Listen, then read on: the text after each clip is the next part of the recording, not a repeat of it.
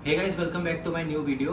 और आज के वीडियो में मैं आपसे बात करने वाला हूं कि महाराष्ट्र मेडिकल काउंसिल में कैसे डॉक्यूमेंटेशन होता है, वहां पर क्या क्या लोगों ने गलतियां की है, वहां पर क्या प्रोसेस है। क्योंकि प्रोसेस जो है वो बिल्कुल भी इजी नहीं है। वहां पर एक कम्प्लीटली अलग तरीके से आपको अपना डॉक्यूमेंट सेट करना पड़ेगा। वहां पर आपके नाम के हिसाब से आपका जो नंबर मिला होगा उसके हिसाब से आपको बुलाया जाएगा। और गलती से अगर आप वो नंबर मिस कर देते हो तो फिर आपको सीधा 3 या 4 घंटे के बाद जब सबका कंप्लीट हो जाएगा फिर आपको बुलाया जाएगा। तो क्या क्या आपको करना है, क्या क्या डॉक्यूमेंटेशन है, कैसे वहाँ पर जाना है, तो इस वीडियो में हम बात करेंगे टोटल 4 चीज़ों के बारे में। पहला, एमएमसी पहुँचना कैसे है, एमएमसी के बाहर क्या गेट है क्या नहीं, जैसे आपको पता चले कि आप एमएमसी पहुँच चुके हो। क्योंकि वहाँ पर कोई बड़ा सा ऐसा बोर्ड नहीं है। महाराष्ट्र मेडिकल काउंसिल एक छोटा सा बोर्ड है, जैसे कि आप ये फोटो में देख सकते हैं। ऐसा टाइप का बस एक बोर्ड दिखेगा और आपको एक गेट के अंदर जाना है, वो सब मैं बताता। फिर दूसरा जो है वो है डॉक्यूमेंटेशन। आपको कौन कौन से डॉक्यूमेंट्स चाहिए, डॉक्यूमेंट्स में क्या क्या लिखना है, डॉक्यूमेंट्स क्या फिलअप करना है। वहाँ पर भी आपको एक फॉर्म मिलेगा, वो फॉर्म ऑलरेडी ग्रुप में डाल दिया गया है, तो आप उसको प्रिंट लेके जा सकते हैं, तो आपके लिए अच्छा रहेगा। फिर तीसरा, प्रोसीजर। वहाँ पर प्रोसेस क्या क्या है, कैसे अंदर जाना है, क्या क्या दिखाना है, क्या बातें होती है, क्या चीज़ें पूछी जाती है, क्या क्या करना पड़ता है, सब कुछ। एंड फाइनली मिस्टेक्स, जो लोगों ने मिस्टेक किया। आज है 2 तारीख, आज पहला हुआ एमएमसी का काउंसलिंग डॉक्यूमेंटेशन। तो आज लोगों ने क्या क्या गलतियां की है और उनसे आप लोग वो चीज़ें ना करो और वो सब चीज़ें पहले से घर से प्रिपेयर करके जाओ, सो दैट आपको वहाँ पर फ्लुएंटली आपका काम चले और आपको वहाँ पर कोई भी ऐसा प्रॉब्लम ना हो। So let's get started.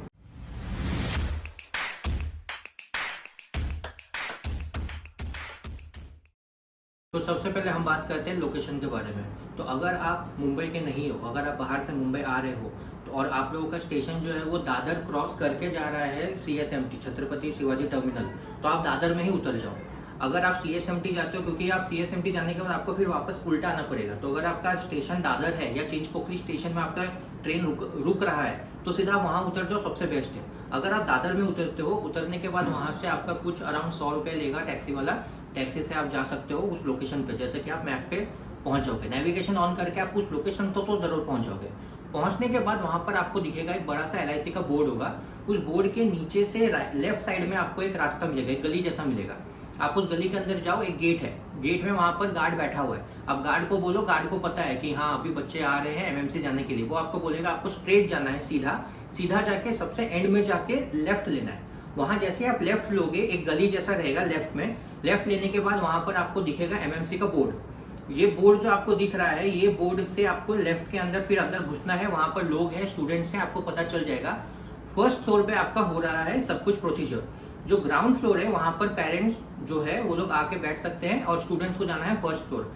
एक चीज पहले ही बता देता, पानी वगैरह सब लेके जाना, कुछ खाने के लिए स्नैक्स वगैरह लेके जाना, क्योंकि वहां पर आपको कुछ प्रोवाइड नहीं कर रहे हैं। एक टॉवेल या फिर कुछ एक रुमाल लेके जाना, बिकॉज ऊपर वाला जो एरिया है जहाँ पर स्टूडेंट्स है फुल्ली कंजेस्टेड रहेगा और वेंटिलेशन कुछ भी नहीं है। एक शादी की तरह जो टेंट बना हुआ रहता है ना, वैसे टेंट बनाया हुआ है। ये देखो, आपको ये वीडियो दिख रहा होगा, यहाँ पर जैसे कैसा पूरा टेंट जैसा है, वहां पर आप सबको बैठना है, वेट करना है। अब हम बात करते हैं डॉक्यूमेंट्स के बारे में। डॉक्यूमेंट्स के लिए आपको ये जो यहाँ पर आपको दिख रहा है sequence of documents in provisional registration, वहां पर जाने के बाद एक सीक्वेंस है। जैसे वहां पर बैठोगे, लेफ्ट साइड में प्रोजेक्टर है, वहां पर ये वाला जो फोटो है, ये फोटो एक कंप्यूटर के द्वारा वहां पर दिख रहा है। और आपको आपके सारे एप्लीकेशन, आपका सारा जो कम्प्लीटली जो आपके पास डॉक्यूमेंट्स है, उन डॉक्यूमेंट्स को आपको इसी के हिसाब से, जैसा ये 1 2 3 4 5 6 है, वैसे ही आपको उन डॉक्यूमेंट्स को रखना पड़ेगा। क्योंकि आपने अगर थोड़ा सा भी डॉक्यूमेंट्स इधर से उधर किया और उनको दिखा कि वो चीज़ नहीं है, वो लोग आपको फिर भेज देंगे, जाओ डॉक्यूमेंट्स ठीक करके लाओ। बहुत सारे लोगों को उन्होंने आज रिजेक्ट किया, बहुत सारे लोगों को। और रिजेक्ट मतलब ये नहीं कि घर जाओ, जाओ ठीक करके लाओ, जाओ ठीक करके लाओ। तो अभी जैसे सबसे पहले यहाँ पर जो 12 डॉक्यूमेंट्स है, ये तो आपको कंपलसरी लेके ही जाना है। उसके बाद फिर एक्स्ट्रा कुछ और भी है, वो मैं आपको बताता। तो सबसे पहले कि जैसे ये एप्लीकेशन फॉर्म है, ये application form along with signature of candidate. बहुत सारे लोग एप्लीकेशन फॉर्म पे साइन ही करना भूल जा रहे हैं। तो सिग्नेचर ये आपको मैं एप्लीकेशन फॉर्म पहले दिखाता। पहले सबसे पहले डॉक्टर प्रोफाइल में जाके ये प्रिंट एप्लीकेशन दबाया। ये प्रिंट एप्लीकेशन दबाने के बाद फिर यहाँ पर आपको दिख रहा होगा डिक्लेरेशन। डिक्लेरेशन में आपको यहाँ पर सबसे पहले यहाँ पर सिग्नेचर ऑफ एप्लीकेंट से नेम है, यहाँ पर आपको आपका साइन करना पड़ेगा। देन यहाँ पर आपको डेट लिखना होगा, प्लेस लिखना होगा। जो डेट होगा वो डेट होगा जिस दिन आप एमएमसी के ऑफिस जा रहे हो, वो वाला डेट। और प्लेस जो होगा, प्लेस होगा आपका एमएमसी मुंबई, एमएमसी मुंबई, ठीक है। ये एक जगह आपने एप्लीकेशन साइन किया और दूसरा जगह एक यहाँ पर है, ये वाला एरिया। ये जो दूसरा डिक्लेरेशन फिर से दिख रहा है, यहाँ पर 2 डिक्लेरेशन है, ये एक डिक्लेरेशन हुआ और फिर एक दूसरा ये डिक्लेरेशन है। तो अभी क्या है कि यहाँ पर आपको ये देखो, यहाँ पर फिर से आपको साइन करना है, ठीक है। यहाँ पर आपका नेम लिखना है और फिर यहाँ पर डेट, ये डेट वही डेट, मतलब जिस दिन आप एमएमसी, जिस दिन आप जा रहे हो उस दिन का आपका डेट। एड्रेस जो होगा वो होगा एमएमसी मुंबई और प्लेस जो होगा वो होगा मुंबई, ऐसा।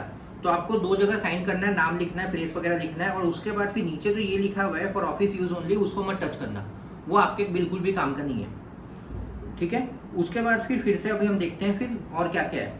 पहला तो हो गया आपका एप्लीकेशन फॉर्म विद सिग्नेचर, दूसरा हो गया 2 लेटेस्ट पासपोर्ट साइज फोटोग्राफ। जरूरी नहीं है कि जो फोटोग्राफ आपने अपलोड किया है आपको एग्जैक्ट वही फोटोग्राफ लेके जाना है, बट आपका लेटेस्ट पासपोर्ट साइज फोटोग्राफ लेके जाना है, दूसरा। तीसरा डोमिसाइल सर्टिफिकेट और आधार कार्ड भी लेके जाना। डोमिसाइल सर्टिफिकेट है लेकिन आधार कार्ड है वो भी लेके जाओ, जेरोक्स। ये सारी चीजों का जेरोक्स में बोलो, पहले ही बोला ये ओरिजिनल है, ये ओरिजिनल पहला, ये दूसरा तो ओरिजिनल मतलब कलरफुल, इसका मतलब जेरोक्स कर लेना। बट यहाँ से ये तीसरा नंबर जो है, तीसरे नंबर से आपका जेरोक्स, एफएमजी पास सर्टिफिकेट जो आपको दिल्ली से मिला जेरोक्स, वैलिड एलिजिबिलिटी सर्टिफिकेट जो आपका एलिजिबिलिटी सर्टिफिकेट है उसका जेरोक्स। यहाँ पर अगर आपके पास एलिजिबिलिटी सर्टिफिकेट नहीं है तो आपको क्या करना है, आपका जो नीट यूजी का था, जो आपका नीट यूजी का रिपोर्ट कार्ड था वो, ठीक है। उसके बाद फिर 6 नंबर क्या है, ऑल डॉक्यूमेंट्स ऑफ एमबीबीएस। यहाँ पर लोग पूछ रहे हैं, लोगों को क्या कंफ्यूजन हो रहा है, डिप्लोमा चाहिए कि जो मार्कशीट है वो चाहिए या फिर जो अपोस्टाइल है वो चाहिए, रशियन में चाहिए, इंग्लिश में चाहिए, 50 क्वेश्चन क्यों करना। जितना भी डॉक्यूमेंट तुमको तुम्हारे यूनिवर्सिटी से मिला है उठाओ, जेरोक्स करो, लेके जाओ चुपचाप। 50 क्वेश्चन मतलब फालतू के क्वेश्चन आ रहे हैं कि क्या लेके जाना है, क्या जमा करना है, क्या मुझे सिर्फ मेरा मार्कशीट जमा करना है, क्या मुझे सिर्फ मेरा डिग्री जमा करना है। अरे भाई सब लेके जाओ ना, वहां पर रखो ना उनके सामने, सब लेते हैं वो लोग। अगर आपके पास सिर्फ मार्कशीट है, सिर्फ मार्कशीट जमा करो, मार्कशीट के साथ साथ डिग्री भी है, दोनों जमा करो, जितना भी डॉक्यूमेंट है सब लेके जाओ, सब जमा करो। तो यहाँ पर आपको क्या है कि यहाँ पर आपका डिग्री, डिप्लोमा, मार्कशीट इंग्लिश में, रशियन में या जो भी आपका लैंग्वेज है, दोनों लैंग्वेजेस का। तो यहाँ पर क्या हो गया, यहाँ पर आपका हो गया पहला तो फॉरेन लैंग्वेज का प्लस इंग्लिश जो ट्रांसलेशन है, दोनों के जेरोक्स करके लेके जाना है और दोनों को यहाँ पर सबमिट करना है, इसका जेरोक्स। उसके बाद diploma supplement of the university, transcript या मार्कशीट ऑफ द यूनिवर्सिटी। ये देखो 7वां नंबर पे तो मार्कशीट है, फिर भी लोग पूछ रहे हैं कि 6 नंबर पे मार्कशीट जमा करना है कि नहीं। ऐसे मैसेजेस आए थे मुझे, इसलिए मैं बोल रहा हूँ। तो पहला हो गया क्या, तुम्हारा डिप्लोमा डिग्री। अगर तुम्हारी डिग्री के साथ ही तुम्हारा मार्कशीट अटैच है तो कोई बात नहीं, 6 और 7 फिर सेम हो गए, एक ही हो गया। अगर अलग से डिग्री है, अलग से मार्कशीट है तो 6 नंबर पे तुम्हारा डिग्री, 7 नंबर पे तुम्हारा मार्कशीट, जेरोक्स हो गया। उसके बाद फिर 8वां हो गया NOC from the respective university. अब लोगों का क्वेश्चन है कि बहुत लोगों के पास एनओसी नहीं है, बहुत ऐसे लोग हैं जिनके पास एनओसी नहीं है, तो वो लोग के पास देखना माइग्रेशन सर्टिफिकेट होगा, तुम लोगों को यूनिवर्सिटी से माइग्रेशन सर्टिफिकेट मिलेगा। तो ये जो एनओसी है, ये एनओसी ही माइग्रेशन सर्टिफिकेट भी है। बहुत लोगों को माइग्रेशन भी मिला है, बहुत लोगों को एनओसी भी मिला है, बहुत लोगों को दोनों मिला है। जिनके पास एनओसी है वो एनओसी दो, जिनके पास एनओसी नहीं है वो माइग्रेशन दो, लेकिन जिनके पास दोनों है वो फिर भी एनओसी ही दो, वो मुंह उठा के माइग्रेशन में लेके चले जाना। उसके बाद फिर 9th नंबर क्या हो गया, all pages of passport showing visa. ये वाला के ऊपर मैं एक चीज बोलना चाहता हूँ, इसके ऊपर अभी एक बात समझो। सारे के सारे जो तुम्हारे पास वीजाज है, जितने भी तुम्हारे वीजाज है, सारा वीजा क्लियर दिखना चाहिए। अगर किसी भी वीजा, किसी भी स्टैंप में भी अगर एक चीज भी गलती से नहीं दिख रहा है ना, ब्लर दिख रहा है, फेड दिख रहा है, वो लोग एक्सेप्ट नहीं कर रहे। उनको टेक्निकली वो लोग मुंह पे बोले कि मुझे तुम्हारा ओरिजिनल पासपोर्ट ही चाहिए, लेकिन हम अब तुम्हारा ओरिजिनल पासपोर्ट रख नहीं सकते, इसलिए हमारे पास जितने भी जेरोक्सेस तुम दे रहे हो, सारे के सारे जेरोक्स, सारा का सारा स्टैंप, सारा का सारा डाटा कंप्लीटली क्लियरली दिखना चाहिए। अगर नहीं दिख रहा है क्लियर, अगर तुम जेरोक्स कर रहे हो, जो जिस भी जेरोक्स मशीन के पास तुम गए हो उसके पास उसका मशीन में, क्योंकि तुम्हें भी पता है जेरोक्स मशीन में भी बहुत चीज़ें डिफरेंट करती है। किसी जेरोक्स मशीन में थोड़ा फेड आ रहा है, किसी जेरोक्स मशीन में थोड़ा डार्क आ रहा है। भाई 2-4 अलग अलग दुकान चले जाओ, लेकिन वहाँ से एमएमसी से वापस घर मत आना। जितना भी जेरोक्स है सब जेरोक्स करवाओ। अगर तुम्हारे जेरोक्स में स्टिल फेड आ रहा है, कलर प्रिंट करवाओ। कलर जेरोक्स करवाओ, स्कैन करवाओ उस पेज को, स्कैन करके उसका कलर प्रिंट निकालो, चलेगा। लेकिन वही है कि हर एक चीज़, पासपोर्ट का हर एक डाटा, हर एक डेट, हर एक वर्ड क्लियर दिखना चाहिए। उनको क्लियर चाहिए, कंप्लीटली तुम्हारा टेक्निकली उनको तुम्हारा पासपोर्ट ही चाहिए। तो हर एक चीज़ दिखना चाहिए। अगर जेरोक्स में नहीं हो रहा, ब्लैक एंड व्हाइट में नहीं हो रहा, कलर करवाओ, पैसा लगने दो चलेगा, बट करवाओ, ठीक है। 9th वाला हो गया। उसके बाद फिर 10th में क्या है, मार्कशीट ऑफ एसएससी, मतलब 10th 11th 12th का मार्कशीट, ठीक है, वो भी जेरोक्स। 11th क्लास में क्या है, जो सीबीएसई वाले बच्चे हैं, सीबीएसई वाले बच्चों को 10th क्लास में सिर्फ और सिर्फ मार्कशीट मिला है, उनके पास कोई भी सर्टिफिकेट नहीं है। जैसे 12 में होता है ना, एक बोर्ड सर्टिफिकेट और एक मार्कशीट, उनके पास नहीं है। तो सीबीएसई वालों चुपचाप अपना 10th का मार्कशीट लेके जाओ, वहाँ पर जमा करो, खत्म। और एक ही मार्कशीट करना। आप ऐसा मत दिमाग में लगा देना कि 10वें पे मार्कशीट लिखा है, 11वें पे पासिंग सर्टिफिकेट लिखा है, तो मैं 11वें के नाम पे डाल देता अपना मार्कशीट, 10वें के नाम पे भी डाल देता अपना मार्कशीट। ऐसा फालतूगिरी मत करना। 10 हो 11 हो, एक ही मार्कशीट। अगर 10th क्लास में 10th क्लास का सीबीएसई, एक मार्कशीट, खत्म। वही तुम्हारा मार्कशीट है, वही तुम्हारा सर्टिफिकेट है, ठीक। जो महाराष्ट्र बोर्ड वाले हो, तुम लोगों के पास तो हो गए, तुम्हारे 10th में भी है एक मार्कशीट, एक सर्टिफिकेट, तुम्हारे 12 में भी है एक मार्कशीट, एक सर्टिफिकेट। तो यहाँ पर 10th 11th 12, ठीक है, यहाँ पर भी 10th और 12th का पासिंग सर्टिफिकेट। अगर नहीं है सीबीएसई वालों के पास 10th का मार्कशीट जो तुमने ऊपर 10वें नंबर पे जमा किया है, दैट्स इट, खत्म। 12th का बस पासिंग सर्टिफिकेट जमा करो, हो गया। ये भी जेरोक्स। अब आया बात 12th नंबर की, ये एफिडेविट। एफिडेविट पे भी लोगों को भगाया है। एफिडेविट का क्या हुआ कि लोग, बहुत सारे लोग अभी भी, जो मैंने बोला था अपने पिछले वीडियो में कि हर एक पॉइंट होना चाहिए, वो लोग बोले एफिडेविट में जो फॉर्मेट में 6 पॉइंट्स लिखे हैं, तुम्हारे भी 6 पॉइंट्स होना चाहिए। अगर तुमने तुम्हारा 4th वाला जो ऑप्शन है, इंटर्नशिप नहीं किया है, ब्लैंक छोड़ो, लेकिन हटाना मत वो लाइन। बहुत लोगों ने हटाया, उनको बोला जाओ फिर से नया एफिडेविट बनवा के लाओ, नाटक हुआ। तो इसलिए मैं बोल रहा हूँ क्लियर लिखना। अब एफिडेविट के जो 3rd वाले पॉइंट है, 3rd वाला जो पॉइंट है ऑनलाइन वाला, उसमें एक चीज़ उन्होंने अभी बताया, आज पता चला एक चीज़, वो मैं बताता आगे, वेट। तो अभी आप लोगों को पता चल गया। अब डॉक्यूमेंट्स जो है, जितने भी सारे जो जेरोक्स है, अभी मैं आपको एक एग्जांपल दिखाता, जो जितना भी सारा जेरोक्स है, जैसे आपको यहाँ दिखेगा सेल्फ अटेस्टेड बाय मी, ऐसा आपको ये 4 वर्ड्स लिखने हैं, सेल्फ अटेस्टेड बाय मी, उसके बाद आपका साइन और फिर आपका नाम। बहुत सारे लोगों ने क्या किया, यहाँ पर लिख दिया, यहाँ पर लिख दिया, मतलब कि डॉक्यूमेंट के बीच में उन्होंने लिख दिया, बोला कि जगह नहीं है, हमें लगा कि उस डॉक्यूमेंट के ऊपर लिखना, मत करना, फिर से भगा रहे। बहुत लोगों को बहुत बार भगाया है। ये हो गया एक सेल्फ अटेस्टेड बाय मी लिखा, ये इंपॉर्टेंट है, ये दिमाग में डाल के रखना। सिर्फ सेल्फ अटेस्टेड लिखोगे फिर भगाएंगे, बाय मी लिख के लाओ। सिर्फ अटेस्टेड बाय मी लिखोगे चलेगा, क्योंकि वो लिखा हुआ है यहाँ पर आपको दिख रहा है, यहाँ पर लिखा है attested bye me and signed with your name below the signature.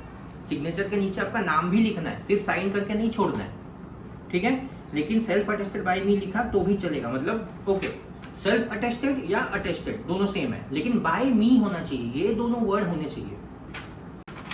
तो ये था आपका डॉक्यूमेंट्स कि क्या क्या डॉक्यूमेंट्स है। अब यहाँ पर एक्स्ट्रा आपको और क्या क्या डॉक्यूमेंट्स ऐड करने हैं। एक्स्ट्रा आपको क्या ऐड करना है, अगर आपके पास कंपनसेशन लेटर है, क्योंकि आपने ऑनलाइन क्लास किया है इंडिया में, तो कंपनसेशन लेटर को ऐड करना। 13वां नंबर जो है, यहाँ पर आपका कंपनसेशन लेटर आएगा, ठीक है। उसके बाद 14th नंबर में कोई भी एक्स्ट्रा और कोई डॉक्यूमेंट है, जैसे कि आपने ट्रांसफ़र लिया है, जैसे कि आपने एक कॉलेज से दूसरे कॉलेज में ट्रांसफ़र वगैरह लिया, तो उनका जो भी एडमिशन लेटर, ट्रांसफ़र सर्टिफिकेट, या जो भी जो आपका अलग से जो और भी प्रोसीजर्स हुए हैं लाइफ में, अलग और भी एक्स्ट्रा डॉक्यूमेंट्स हैं, इसके नीचे ऐड करो। इसके ऊपर ऐड मत करना, इसके बीच में ऐड मत करना, ये तो तुम्हारा होना ही चाहिए। उसके बाद 13, 14, 15, 16 में तुम्हें एक्स्ट्रा और कुछ भी ऐड करना है, ऐड करते जाओ, कोई दिक्कत नहीं है। तो ये सारे थे डॉक्यूमेंट्स आपके। अब हम बात करते हैं अंदर का प्रोसीजर क्या था अंदर। तो जैसे ही आप लोग पहुंचे, अपना सारा डॉक्यूमेंट लेके, जो मैंने आपको बोला एकदम सेट करके लेके गए, आप एमएमसी के ऑफिस पहुंच के सबसे पहले तो आपका जो नाम है, जो लिस्ट आपका आया है हर एक दिन का, 2 तारीख 3 तारीख 4 तारीख का जो लिस्ट आया है, वो लिस्ट में जैसा सीक्वेंस में आपका नाम है वो आपका नंबर है। तो आप वहाँ पर जाके अपना नंबर बोलो कि मेरा नाम है ये और मेरा सीक्वेंस नंबर है 5, सीक्वेंस नंबर है 7। तो वो आपको एक टोकन देंगे, ठीक है। वो टोकन में आपका 7 नंबर लिखा हुआ है, वो टोकन लेके आपको बैठे रहना है। और टोकन के बाद फिर आपको वो लोग ऐसा ही आपको दिख रहा है छोटा छोटा कागज, ये ऐसे कागज देंगे वो लोग, ये कागज में लिखा हुआ रहेगा डिप्लोमा, एनओसी, आधार कार्ड, एचएससी मार्कशीट, फिर आपका लिखा रहेगा सर्टिफिकेट, जो भी है, ऐसे छोटे छोटे पेपर्स देंगे वो लोग, बहुत सारे ऐसे चीट्स देंगे। आपको क्या करना है, वहाँ पर स्टेपलर रहेगा, आपको हर एक स्टेपलर मतलब हर एक ये जो चीट है, आपका जो डॉक्यूमेंट है जेरोक्स, उसके ऊपर रख के आपको स्टेपल करना है। वहाँ पर उनके पास है स्टेपलर, अगर आपके पास पॉकेट स्टेपलर है लेके जाओ, बेटर है आपके लिए। लेकिन ये आप खुद से मत बना के लेके जाना, ये नहीं लेके जाना आपको खुद से, वो वहाँ पर आपको देंगे। जैसे ही आप बोले ना, तो देखो सबसे पहले आप जैसे अंदर गए, अंदर जाने के बाद आपने वहाँ पर जाके बोला, जो बंदा है कि मेरा सीक्वेंस नंबर है 5, ठीक है, वो बोला कि ठीक है सीक्वेंस नंबर 5 है, नाम क्या है, तो उसके पास भी लिस्ट है, तो अपना नाम बोले, उसने 5 नंबर पे लिखा, हाँ ये नाम का है, 5 नंबर है, उसने आपको ये दे दिया, टोकन दे दिया, 5 नंबर का टोकन मिला।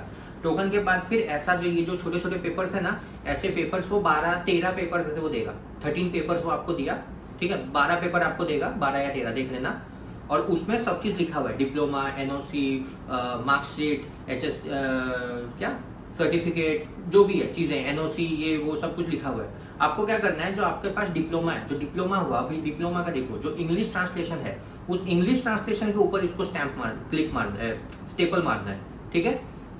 रशियन या फिर जो आपके कंट्री का जो डिप्लोमा है उसके ऊपर नहीं, इंग्लिश वाले के ऊपर। फिर जो आपका ये रहेगा मार्कशीट रहेगा, लिखा हुआ रहेगा मार्कशीट, ठीक है, आपका एमबीबीएस मार्कशीट, तो एमबीबीएस मार्कशीट के ऊपर जो इंग्लिश वाला जो मार्कशीट है, जो इंग्लिश ट्रांसलेशन है, उसके ऊपर staple. HSC marksheet, HSC marksheet के ऊपर staple. HSC certificate, HSC certificate के ऊपर स्टेपल। एनओसी, एनओसी के ऊपर स्टेपल। अगर एनओसी नहीं है तो मैंने जो बोला माइग्रेशन सर्टिफिकेट, उसके ऊपर staple. Domicile certificate, domicile certificate के ऊपर स्टेपल। फिर आधार कार्ड, आधार कार्ड के ऊपर स्टेपल। अगर आपके पास आपका डोमिसाइल सर्टिफिकेट नहीं है, अगर आप नॉन डोमिसाइल हो, या फिर आपके पास डोमिसाइल नहीं है और आधार कार्ड के पीछे लिखा हुआ है, तो दोनों पेपर्स जो है ना, दोनों पेपर्स लेके एक साथ, दोनों दो अलग अलग जगह, एक के ऊपर एक नहीं तो नीचे वाला दिखेगा नहीं, दोनों अलग अलग जगह रख के स्टेपल स्टेपल। जैसे मैंने वो बोला कि आपका अगर डिप्लोमा और मार्कशीट दोनों एक ही पेज के ऊपर है, रखो स्टेपल स्टेपल। जैसे 10th क्लास का सीबीएसई का मार्कशीट, सीबीएसई का ये 10th क्लास का पासिंग सर्टिफिकेट, दोनों सेम है ना, दोनों पेपर रखो स्टेपल स्टेपल एक ही पेपर के ऊपर। समझ में आया? ये होने के बाद फिर आपको एक वहां पर एक फॉर्म देंगे। वो फॉर्म जो है वो ये जो आपको फॉर्म दिख रहा है, ये फॉर्म में आपको क्या करना है, आपको फिलअप करना है कि आप इंडिया से रशिया कब गए, रशिया से इंडिया कब आए और कितने दिन रहे। ये वाला जो फॉर्म है, इस फॉर्म को तो ऑलरेडी ग्रुप में डाल दिया गया है। अगर आप चाहो तो इस फॉर्म को प्रिंट करके लेके जाओ घर से, फिलअप करके, आपके लिए कन्वीनियंट होगा, क्योंकि वहाँ पर भी है ब्लैंक फॉर्म रखा हुआ, लेकिन है नहीं है, खत्म हो गया, क्या क्यों करना, इतना जब जेरोक्स कर ही रहे हो तो एक और फॉर्म का जेरोक्स कर लो। अगर फॉर्म तो मिल चुका है ना आपको, ग्रुप में है, यहाँ पर है। अगर आपके पास फिर भी आप अगर ग्रुप में नहीं हो तो आप मुझे मेरे इंस्टाग्राम पे मैसेज करो, मैं आपको वहाँ पर फॉर्म भेज दूंगा। उस फॉर्म में क्या है, जैसे कि आपने सेल्फ डिक्लेरेशन फॉर्म फिलअप किया था दिल्ली में, वैसा सेम आपको ऐसा यहाँ पर है अराइवल, ठीक है, इंडिया से कब उड़े उसका डेट, इंडिया कब लैंड किए उसका डेट, और कितने दिन। सेल्फ डिक्लेरेशन में हमने मंथ भरा था, 9 मंथ 15 दिन, यहाँ पर नहीं, यहाँ पर पूरा दिन ही है, सिर्फ 212 दिन, 105 दिन, 315 दिन, वैसे सिर्फ दिन है। एक एक करके फॉर्म भरा, ठीक है। फॉर्म भरने के बाद फिर जैसे कि अभी आप सोचो, आपका पहला, आपको फिर एक और क्या काम करना है, ये आपको दिख रहा है यहाँ पर आपका लिखा है, ये जो आपका स्टैंप है, स्टैंप के बगल में ना आपको लिखना है 3 नंबर, इंडिया टू रशिया, ये वाला इंडिया टू रशिया का स्टैंप है, ठीक है। वैसा ही फिर आपको रशिया टू इंडिया उसका स्टैंप का नंबर लिखना है। अभी मैं आपको समझाता। पहला फॉर्म है, ठीक है, फॉर्म में जो फॉर्म है, उस फॉर्म में पहला जो ये कॉलम है, उस कॉलम में आपने लिखा कि आप 17 अक्टूबर 2017 में इंडिया से उड़े, वो लिखा आपने। और उसके बाद फिर आपने लिखा कि इंडिया जब आप वापस आए, अब कब आए, 5 जुलाई 2018, ठीक है। टोटल आपका डेज आपने लिख दिया कि 215 दिन जो भी है। तो अब जो आपने 17 जुलाई 2017 को आप जो फ्लाई किए, तो 17 जुलाई 2017 का आपका इंडिया का स्टैंप होगा। 17 जुलाई या 18 जुलाई 2017 का आपका उस फॉरेन कंट्री का अराइवल का स्टैंप होगा। फिर उसके बाद अब आप जो 23 जुलाई या जब भी आप आए अगले साल, उसका एक वहाँ का डिपार्चर का स्टैंप होगा, यहाँ इंडिया का अराइवल का स्टैंप होगा। तो टोटल कितने 4 स्टैम्प्स हुए, एक इंडिया के डिपार्चर का, फॉरेन के अराइवल का, एक फॉरेन के डिपार्चर का और इंडिया के अराइवल का, ठीक है। ये पूरे एक साल में वो जो फर्स्ट कॉलम है, जब अपने इंडिया से उड़ के रशिया गए, रशिया से उड़ के इंडिया आए और इतना 215-220 दिन का आपका ये रहा डेट रहा।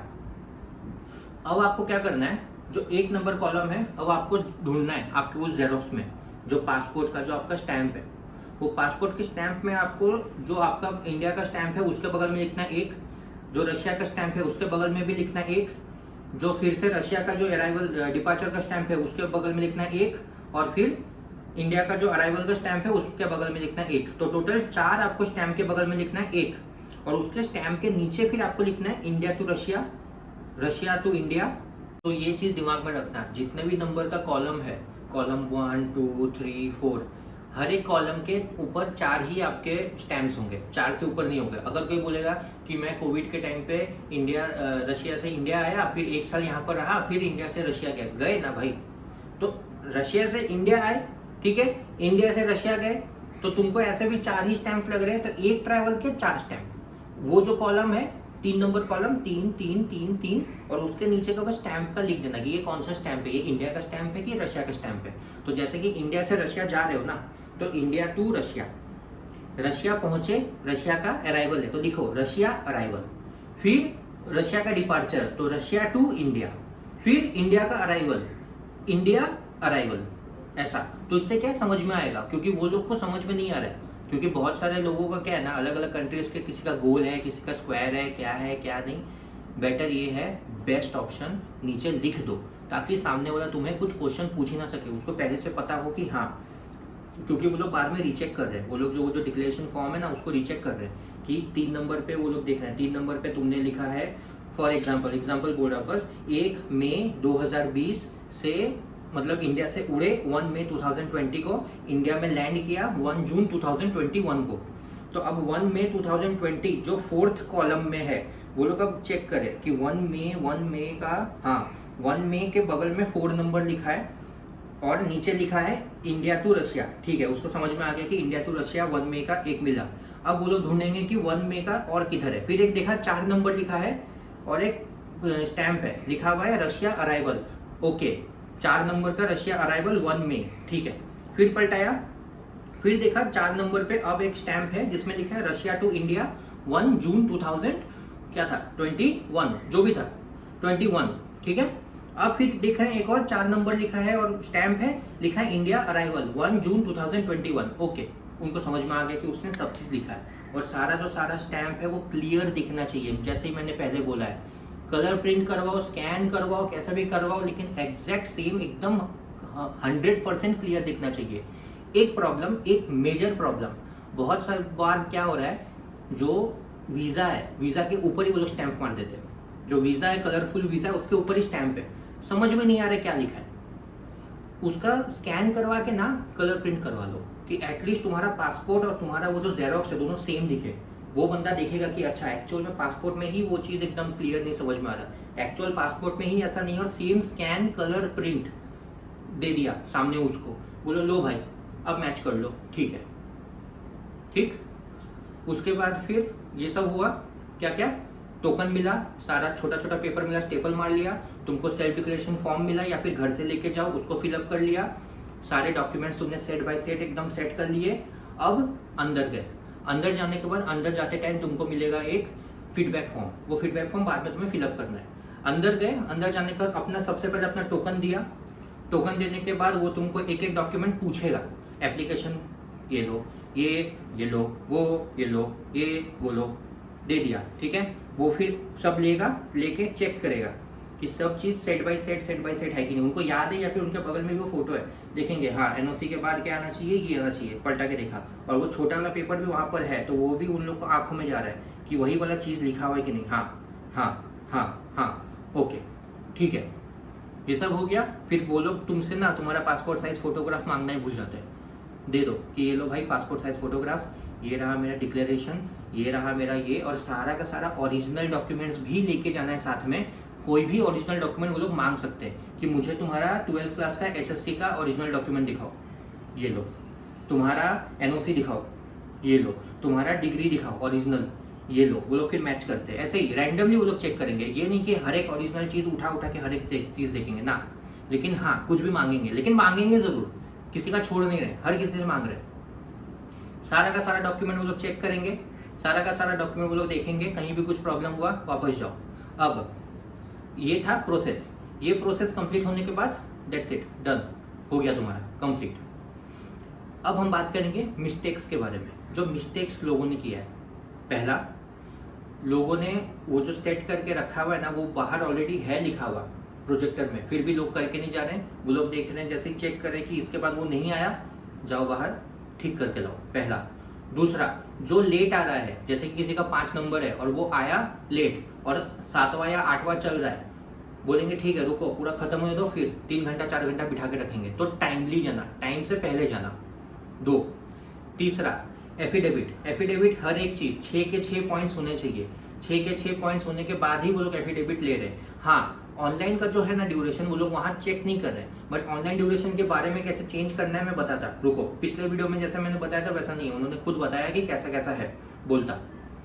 और फोर्थ, क्या क्या, हाँ, और फोर्थ में ये है, फॉर एग्जाम्पल सोचो एक स्टूडेंट था, उसके पास ना 12th क्लास का पासिंग सर्टिफिकेट उसने कभी अपने कॉलेज से लिया ही नहीं, उसके पास है ही नहीं 12th क्लास का पासिंग सर्टिफिकेट।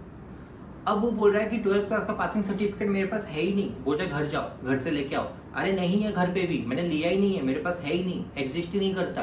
तो वो लोग फिर तुमको 3 ऑप्शन दे रहे हैं। पहला, घर जाओ, घर से लेके आओ, तुमने बोला मेरे पास है ही नहीं, वो एग्जिस्ट ही नहीं करता मेरे पास। दूसरा, तुमको एक एफिडेविट बनाने बोलेंगे, जिसमें वो बोलेंगे ये लिख के रखो, ये लिख के हमें दो कि मैंने अपना 12th क्लास का पासिंग सर्टिफिकेट जमा नहीं किया है, तो उसके वजह से कुछ प्रॉब्लम हुआ तो मैं उसके लिए जिम्मेदार हूँ, ऐसा। तो वो थोड़ा सा मैटर हो जाएगा। तीसरा, उसको बहुत ज़्यादा रिक्वेस्ट किया, बहुत कुछ बोला कि अभी मैं क्या करूँ, अभी कहाँ एफिडेविट बनवाने जाऊँ, ये वो लोग क्या बोलते हैं, डिजी लॉकर खोलो, डिजी लॉकर से प्रिंट करके दो। डिजी लॉकर से प्रिंट करके वो लोग एक्सेप्ट कर रहे हैं, लेकिन वो एकदम होता है ना एक्सेप्शन केस की, रिक्वेस्ट किया, ये किया, वो किया, फर्स्ट ट्राई में, फर्स्ट चांस में अगर डिजी लॉकर उठा के लेके गए, दिया, नहीं मान रहे, बोले नहीं ओरिजिनल चाहिए, मतलब ओरिजिनल का जेरोक्स चाहिए, डिजी लॉकर नहीं, ऐसा नहीं लेंगे। बट बोलो ये वो बात करो, बोलो मेरे पास है ही नहीं, मेरे यूनिवर्सिटी से मैंने लिया ही नहीं है, या कुछ भी जो भी तुम्हारा रीज़न है उनको बताओ, समझाओ। अगर पॉसिबल हुआ तो वो लोग डिजी लॉकर का एक्सेप्ट कर रहे हैं, नहीं तो एफिडेविट बनवा रहे हैं। अब जिनका एफिडेविट का प्रॉब्लम हो गया, मतलब एफिडेविट में उन्होंने गलती कर दी, उनका एफिडेविट रिजेक्ट हो गया, वहीं पर एमएमसी से बाहर निकलते ही वहाँ पर एक कुछ 5 मिनट के रास्ते में एक है एडवोकेट है, उसको पता है एमएमसी में प्रॉब्लम हो रहा है, तो एमएमसी वाले खुद बोलते हैं इस जगह जाओ, एडवोकेट है, वो 10 मिनट में एफिडेविट नया बना के दे रहे हैं, फिर आके जमा कर दो, चलेगा। लेकिन है, मतलब एफिडेविट का एक है कि अगर गलत हो गया कोई दिक्कत नहीं है, तुम्हें वापस अपने सिटी नहीं जाना होगा, वहाँ पर है 5 मिनट के रास्ते में जाओ, एडवोकेट है बैठा हुआ, वो एफिडेविट बनवा के तुमको दे देगा। जेरोक्स, जैसे ही गेट जो है, जो मैंने तुमको बोला जहाँ पर गार्ड बैठा हुआ रहता है, गार्ड से तुमको पूछ के फिर सीधा जाके लेफ्ट, वो जो गेट है, गेट के लेफ्ट साइड में एक बड़ा सा लिखा है जेरोक्स, वहाँ पर सारे जेरोक्स होते हैं, उनको सब पता है एमएमसी में क्या क्या चीज़ों का जेरोक्स लगता है, कैसे कैसे लगता है, सब चीज़ों का जेरोक्स वो लोग अच्छे से करके देंगे। अगर तुम्हारा पासपोर्ट का, तुम्हारा वो वीज़ा का, वो स्टैम्प का कहीं भी कुछ प्रॉब्लम रहा है, या वो लोग बोले कि ये वाला पेपर हमको ठीक से नहीं दिख रहा है, कोई टेंशन नहीं है, वो जेरोक्स वाला मस्त, उसको पता है वो सब, वो कॉन्ट्रास्ट वगैरह बढ़ा के क्लियरली तुमको जेरोक्स करके देगा, नहीं हुआ तो कलर प्रिंट करके दे देगा, कि ऐसा देगा कि वो एक्सेप्ट हो जाए, ये समझो। और अब मेन जो एफिडेविट में थर्ड पॉइंट है, थर्ड पॉइंट में मैंने पहले बोला था कि जो तुम लोगों ने सिर्फ ऑनलाइन क्लास किया है इंडिया में उसको लिखो। एमएमसी वाले बोल रहे हैं हमें कैसे पता लगेगा कि तुमने ऑनलाइन क्लास उसी टाइम पे किया है कि नहीं। उनको बेसिकली उनको ये जानना है ना कि तुमने उस फॉरेन कंट्री में कितना टाइम स्पेंड किया। तो इवन इफ तुम यहाँ पर तुम्हारा ऑनलाइन क्लास लिखो, या फिर तुम ये लिखो कि जब से तुम यहाँ लैंड हुए हो से लेकर जब से तुम वहाँ उड़े, तो बेसिकली क्या है ना, तुम वहाँ पर उस फॉरेन कंट्री में कितना टाइम तक रुके थे, वहाँ पर कितना टाइम रहे, वो उनको कैलकुलेट करना है, और वो लोग पासपोर्ट से तो कैलकुलेट कर ही लेंगे। ये वाला जो एफिडेविट है उसमें वो लोग बोले कि भाई एक प्रॉब्लम क्या है कि मैं अपने छुट्टियों में आया, मेरा 3rd ईयर का जो छुट्टी चल रहा था, मैं अपनी छुट्टियों में इंडिया आया, फिर कोविड होने के वजह से या कोविड के टाइम पे ही मैं इंडिया आया, फिर फ्लाइट्स वगैरह बंद थी, तो मैंने अपना सेमिस्टर कंप्लीट किया, फिर से मैंने अपना छुट्टी मनाया, उस सेमिस्टर का जो छुट्टी होता है, फिर मैं गया रशिया। तो क्या मैं वेकेशन पे आया, क्लास किया, फिर वेकेशन हुआ, फिर वापस गया, या क्लास के बीच में आया, फिर वेकेशन हो गया, फिर वापस गया।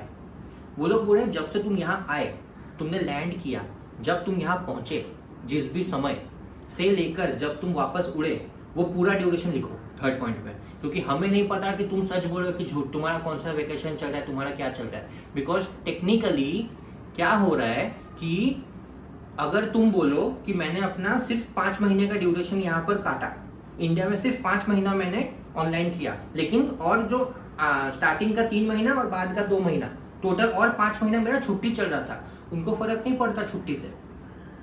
बेसिकली तुमने 10 महीना इंडिया में काटा, तो तुम्हारा जो फॉरेन में जो तुम्हारा एक ड्यूरेशन होना चाहिए था, जो भी है कि हर साल मतलब टोटल 54 मंथ्स का जो भी फालतूगिरी है, बट ऐसा कुछ है नहीं। पहले ही बता रहा है ऐसा कुछ भी नहीं है, अभी कुछ भी नहीं है, ऐसा कहीं भी नहीं लिखा हुआ है कि 54 मंथ्स ही होना चाहिए। पहले ही बोल रहा, जो भी हमको लग रहा है कि हाँ एक 54 मंथ्स का होना चाहिए, 10 महीना तो तुम्हारा इंडिया में जा रहा है ना, उनको वो 10 महीना चाहिए।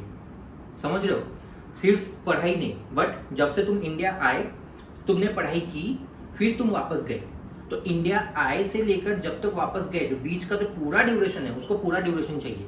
अगर तुमने पहले से ही अभी एफिडेविट अगर बना लिया है ऑलरेडी, और तुम अब कल जाने वाले हो और अभी कहाँ बनाऊंगा, ठीक है, जो बना लिया ना लेके जाओ, ठीक है, उसका कोई दिक्कत नहीं है। लेकिन अगर बनाने वाले हो ना, या फिर अभी सोच रहे हो बनाने का, या फिर अगर परसों या तरसों जाने वाले हो, तुम्हें पता है कि हाँ तुम चेंज कर सकते हो एफिडेविट, कर लो कि जब इंडिया आए से लेकर जब वापस गए पूरा ड्यूरेशन।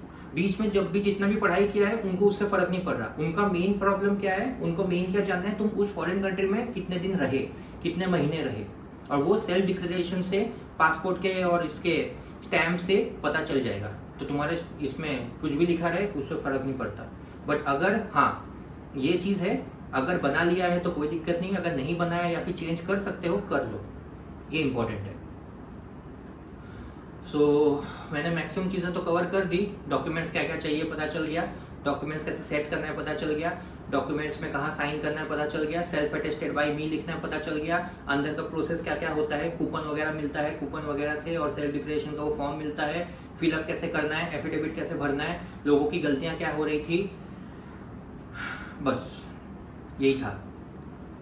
तो अगर कुछ समझ में नहीं आया हो, वापस रिवाइंड करो और फिर देखो, क्योंकि लोगों के ऐसे ऐसे मैसेजेस आते हैं। मैं उनको पूछता भाई वीडियो देखा है, बोलते नहीं आप ही बता दो ना, क्यों और कोई काम नहीं है क्या मुझे?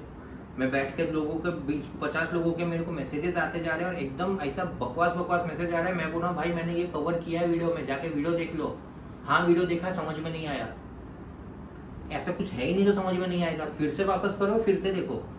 ऐसा एक भी क्वेश्चन मैं सच में बता रहा है, ऐसा एक भी क्वेश्चन नहीं था ना, लाइक 90% क्वेश्चंस तो ऐसे थे जो मैंने ऑलरेडी वीडियो में कवर किया है, या फिर जो एकदम बेसिक था।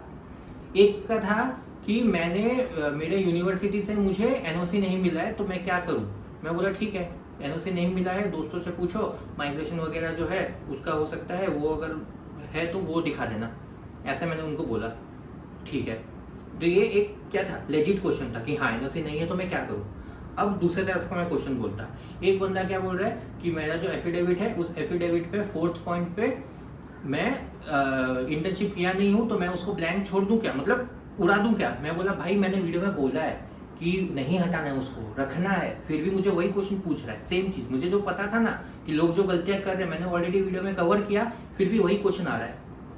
तो ये क्वेश्चन ऐसे मत आओ, नहीं समझ में आया ना पीछे जाओ फिर सुनो, अच्छे से समझ में आ जाएगा। फिर भी नहीं समझ में आया कोई बात नहीं, तुम लोगों के पास तो मेरा ऑब्वियसली नंबर है ही, क्योंकि मैं ये वीडियो पोस्ट करूंगा ग्रुप पे तो मेरा नंबर मिल ही जाएगा। इंस्टाग्राम है, टेलीग्राम है, मैसेज करो, मैं हेल्प करने के लिए तैयार हूँ। लेकिन ऐसे मैसेजेस करो जो तुम्हें लगे कि हाँ सेंसिबल है, ऐसा मैसेज मत करो यार।